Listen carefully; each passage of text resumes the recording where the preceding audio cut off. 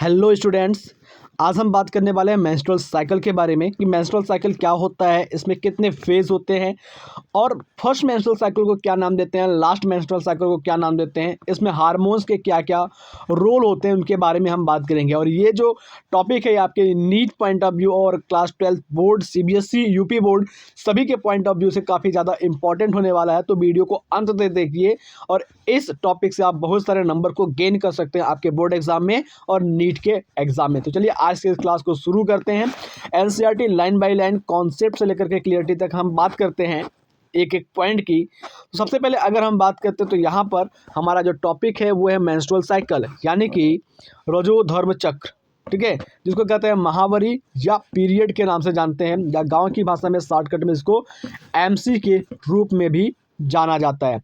चलिए शुरू करते हैं, पॉइंट्स को समझते हैं। तो सबसे पहले अगर हम बात करते हैं तो मेंस्ट्रुअल साइकिल है क्या, इसका मैं डायरेक्टली डेफिनेशन बताता हूँ कि ये क्या होता है। एक प्रकार का साइक्लिक चेंज होता है फीमेल के ओवरी में और यूटेरस में पर मंथ, ठीक है, उसको क्या कहते हैं, मेंस्ट्रुअल साइकिल कहते हैं। तो हम लिख सकते हैं सिंपली सा, a cyclic change occur in the ovary and uterus of female for pregnancy in each month called menstrual cycle. या फिर कह सकते हैं कि menstrual cycle is the hormonal control that prepare for the fertilisation and pregnancy of a female.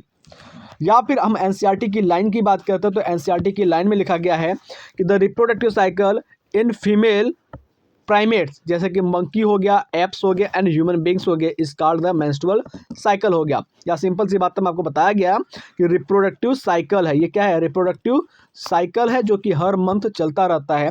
इसमें क्या होती है, जैसे अगर हम बात करते हैं सिंपल सा, इसको समझाने के लिए आपको यहाँ पर एक डायग्राम बनाएंगे छोटा सा। जैसे हम बात करते हैं ये फीमेल की रिप्रोडक्टिव सिस्टम हो गई, ये फीमेल का रिप्रोडक्टिव सिस्टम हो गया।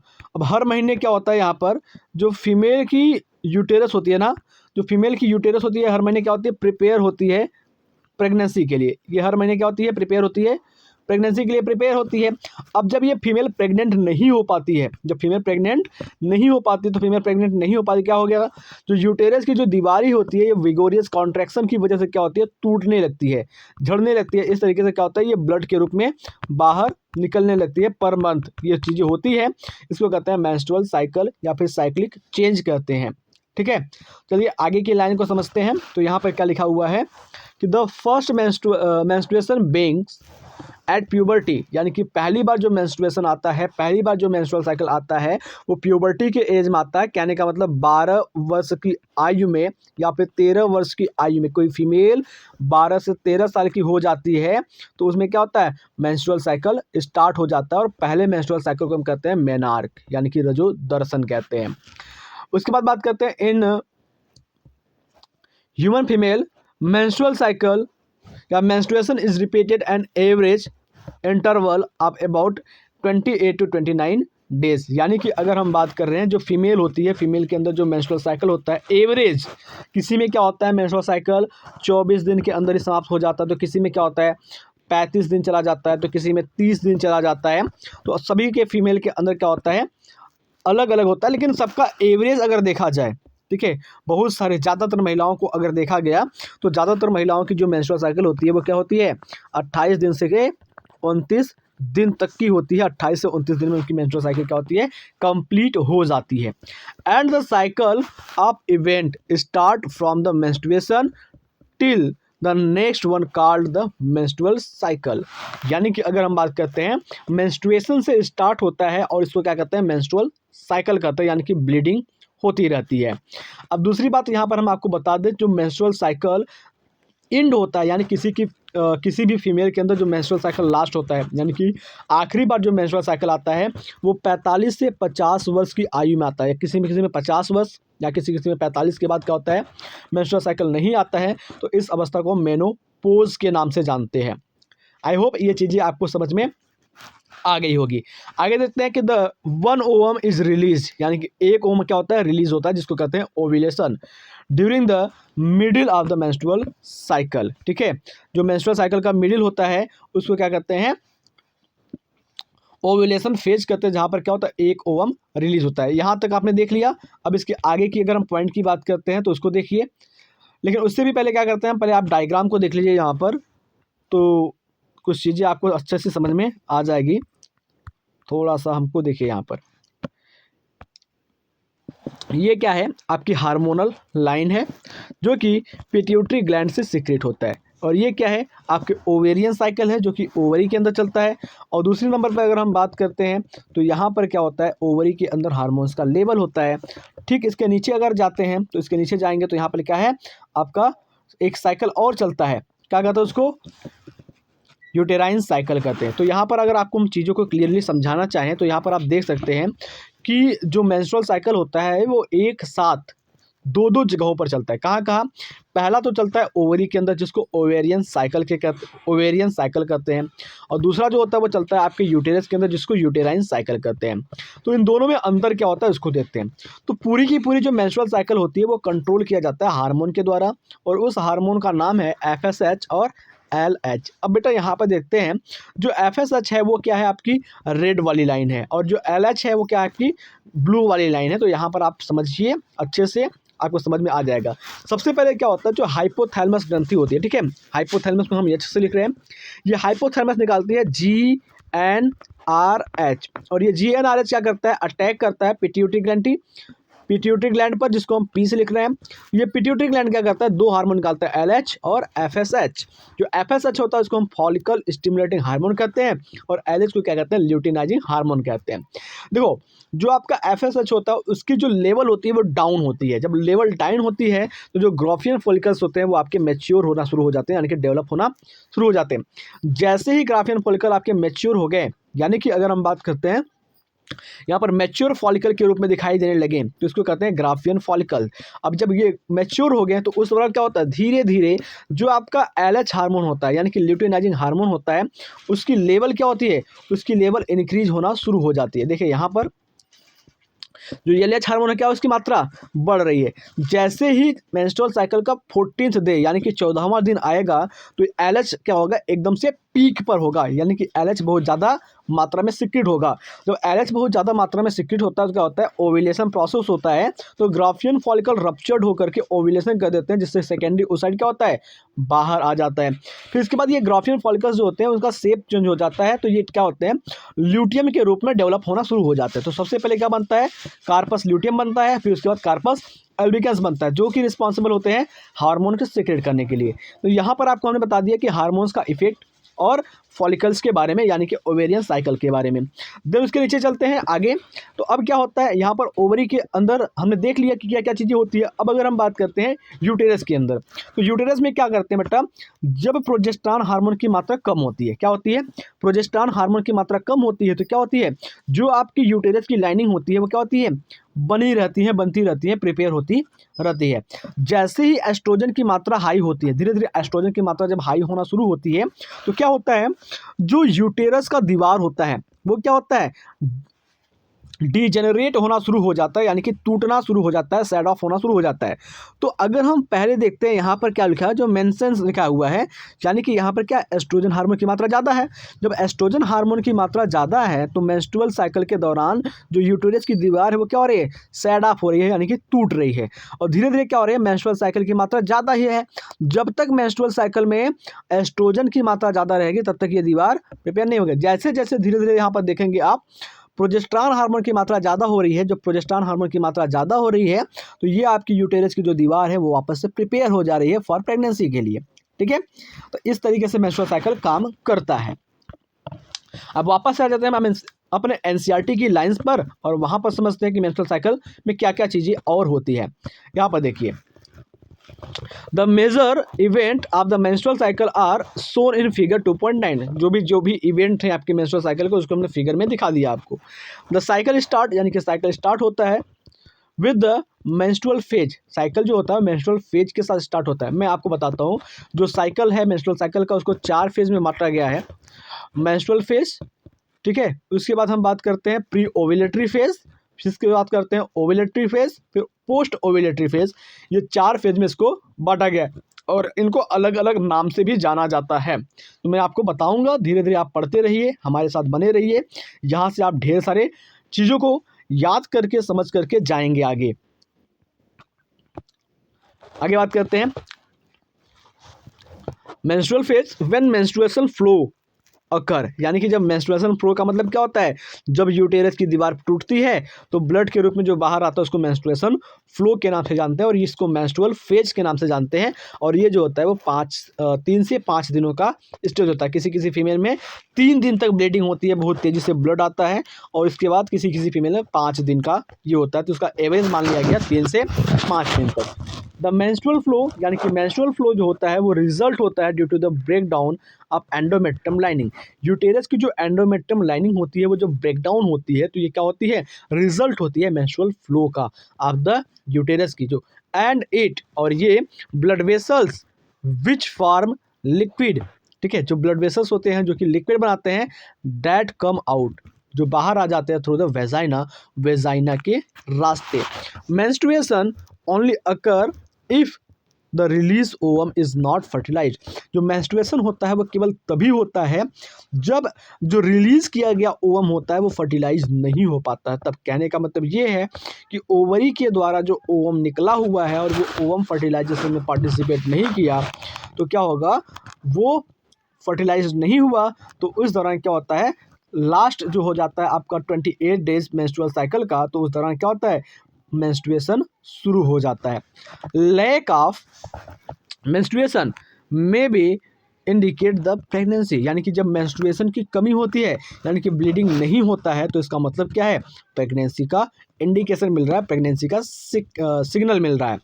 हाउएवर, जबकि it may also be cause, जबकि ये क्या होता है due to the some other underlining case like stress, poor health. यानी कि अगर बात करें तो कभी कभी फीमेल जो होती है उनकी जो मेंस्ट्रुअल साइकिल होती है वो लेट भी हो जाती है, यानी कि जो मेंस्ट्रुएशन होता है, ब्लीडिंग होता है, वो लेट हो जाता है। कब, जब फीमेल का वो ज़्यादा स्ट्रेस में हो, ठीक है, उसका जो हेल्थ है वो सही नहीं है, यानी कि अगर ज़्यादा स्ट्रेस लेने से और अनहेल्दी रहने से भी क्या होती है, आपकी मेंस्ट्रुअल साइकिल जो होती है वो प्रभावित होती है। कहने का मतलब कि ज़्यादा स्ट्रेस में रहोगे तब पर भी मेंस्ट्रुअल साइकिल लेट हो जाता है। कभी कभी क्या होती है, जो फीमेल होती है वो ज़्यादा स्ट्रेस में आ जाती है, ज़्यादा स्ट्रेस में होने की वजह से जो उनकी मेंस्ट्रुअल साइकिल होती है वो डिले हो जाती है। इसके अलावा बहुत सारे कारण होते हैं जिसकी वजह से उनकी मेंस्ट्रुअल साइकिल लेट हो जाती है। The menstrual phase is followed by the follicular phase, यानी कि मेंस्ट्रुअल फेज को क्या कहते हैं, उसके बाद की जो अवस्था होती है उसको फॉलिकुलर फेज कहते हैं, जिसको दूसरा नाम देते हैं pre ovulation phase.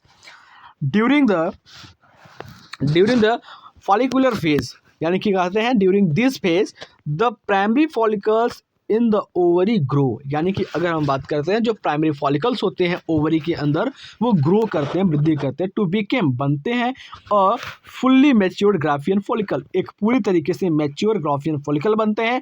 And simultaneously, लगातार, द एंडोमेट्रियम, जो एंडोमेट्रियम होती है आप यूटेरस की, वो रीजनरेट होती है, यानी कि वापस से तैयार होती है थ्रू प्रोलिफरेशन प्रोसेस के द्वारा वापस से ये प्रेगनेंसी को धारण करने के लिए तैयार होती है। These changes in the ovary and uterus are induced by the change in the level of pituitary and ovarian hormone, यानी कि ये ओवरी के अंदर, यूटेरस के अंदर जो चेंज होता है लगातार, ये चेंज होता है पिट्यूटरी और ओवरी के द्वारा निकले गए हार्मोन के कारण।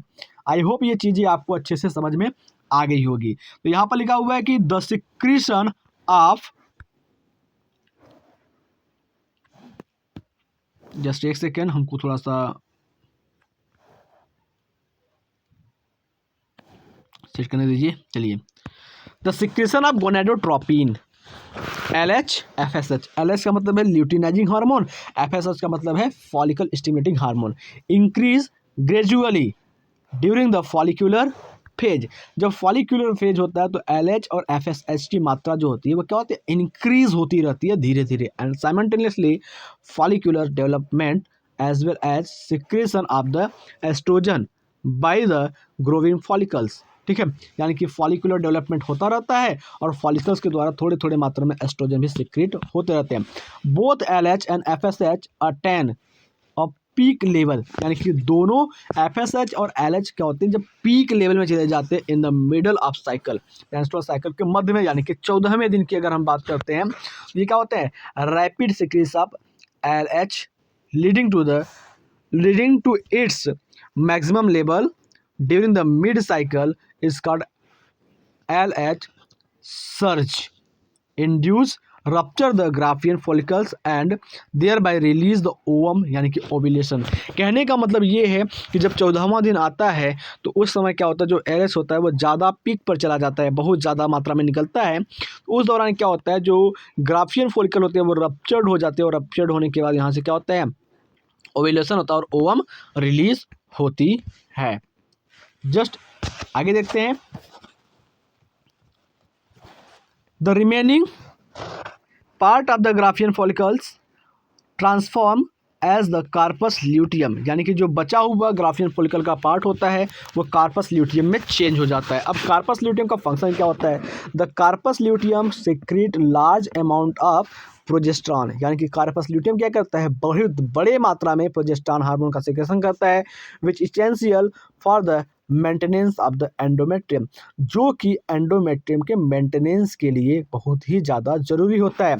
सच an endometrium is necessary for implantation of the fertilised ovum, यानी कि जो एंडोमेट्रियम होता है वो बहुत ही आवश्यक होता है इम्प्लांटेशन, यानी कि भ्रूण प्रत्यारोपण के लिए जो फर्टिलाइज्ड ओवम होते हैं उनका, and other events of pregnancy, और प्रेगनेंसी के दूसरे इवेंट के लिए भी। ड्यूरिंग प्रेगनेंसी यानी कि गर्भावस्था के दौरान all events of the menstrual cycle stop, यानी कि जब प्रेगनेंसी हो जाती है, एक बार जब प्रेगनेंसी हो जाएगी तो मेंस्ट्रुअल साइकिल की जो सारी इवेंट होती हैं वापस से मेंस्ट्रुएशन वगैरह वो सारी क्या होती है, स्टॉप हो जाती है। And there is no menstruation, उसके बाद क्या होता है, मेंस्ट्रुएशन नहीं होता है। In the absence of the endometrium leading to the menstruation, यानी कि जब एंडोमेट्रियम अब्सेंट रहता है तो मेंस्ट्रुएशन होता है। ठीक है। And marking a new cycle, जो कि नए साइकिल का, नए मेंस्ट्रुअल साइकिल का क्या होता है, पहचान होता है। तो साफ साफ शब्दों में अगर हम आपको बताएं तो इस पूरे पैराग्राफ में आपने जो पढ़ा कि मेंस्ट्रुअल साइकिल के दौरान क्या होता है, जो मिड पॉइंट होता है वहाँ पर क्या होता है 14 डे होता है, और उस दौरान क्या होता है, जो आपका FSH और LH हार्मोन होता है वो पीक पर रहता है। लेकिन उस दौरान क्या होता है, जो LH हार्मोन होता है वो बहुत ज़्यादा तेज़ी से बढ़ता है, बहुत ज़्यादा तेज़ी से सीक्रेट होता है। तो उस दौरान जो LH हार्मोन का इफेक्ट होता है वो ग्राफियन फॉलिकल के ऊपर डायरेक्ट पड़ता है, और ग्राफियन फॉलिकल रप्चर्ड होकर के वो क्या करती है, रिलीज करती है ओवम, यानी कि ओव्यूलेशन प्रोसेस होता है। और जो बचा हुआ पार्ट होता है ग्राफियन फॉलिकल्स का वो बदल जाता है कार्पस ल्यूटियम के अंदर, और कार्पस ल्यूटियम सीक्रेट करता है बहुत ज़्यादा अमाउंट में प्रोजेस्टेरॉन हार्मोन को, जो कि जरूरी होता है एंडोमेट्रियम को मेंटेन करने के लिए। ठीक है। और एंडोमेट्रियम मेंटेन रहता है तो उस दौरान क्या होती है, प्रेगनेंसी के लिए बहुत ही ज़्यादा हेल्प करता है। ठीक है। तो आई होप ये चीज़ें आप अच्छे से समझ चुके होंगे। चलिए आगे की पॉइंट को देखते हैं, आगे की पॉइंट में क्या बताया गया है। तो आगे की पॉइंट में बताया गया है, जस्ट एक सेकेंड यहाँ पर देखते हैं।